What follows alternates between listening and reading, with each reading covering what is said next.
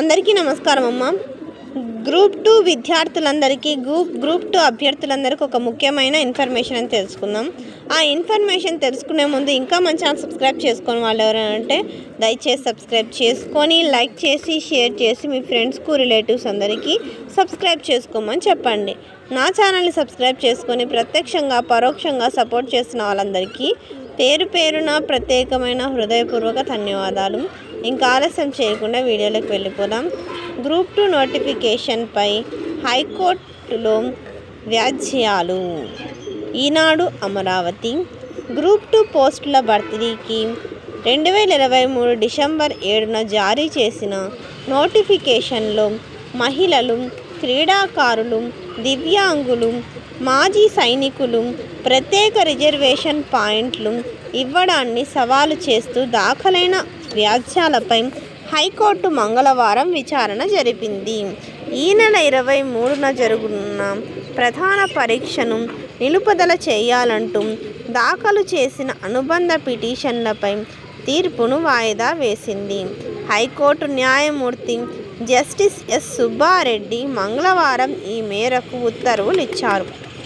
Supreme court మార్గదర్శకాలకు అనుగుణంగా reservation రోస్టర్ను నిర్ణయించి గ్రూప్ 2 పోస్టులకు తాజాగా నోటిఫికేషన్ ఇచ్చేలా ఏపీపీఎస్సీ రాష్ట్ర ప్రభుత్వాన్ని ఆదేశించాలని కోరుతూ విశాఖ గాజువాకకు చెందిన ఎం పార్థసారథి, కడపకు చెందిన కె పెంచలయ్య మరో ముగ్గురు హైకోర్టులో వ్యాజ్యాలు వేశారు.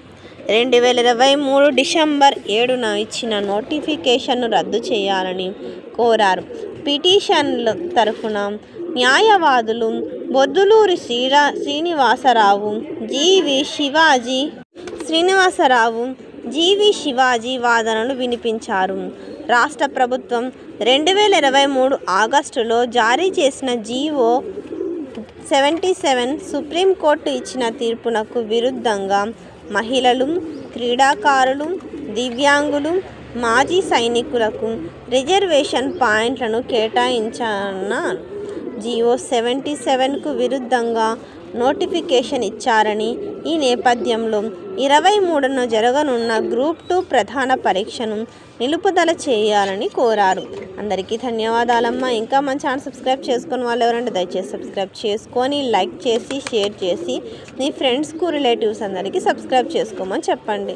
నా ఛానల్ని సబ్స్క్రైబ్ చేసుకొని ప్రత్యక్షంగా పరోక్షంగా సపోర్ట్ చేస్తున్న వాళ్ళందరికీ పేరు పేరున ప్రత్యేకమైన హృదయపూర్వక ధన్యవాదాలు. అందరికీ ధన్యవాదాలు. దయచేసి వీళ్ళని మాత్రం స్కిప్ చేయండి.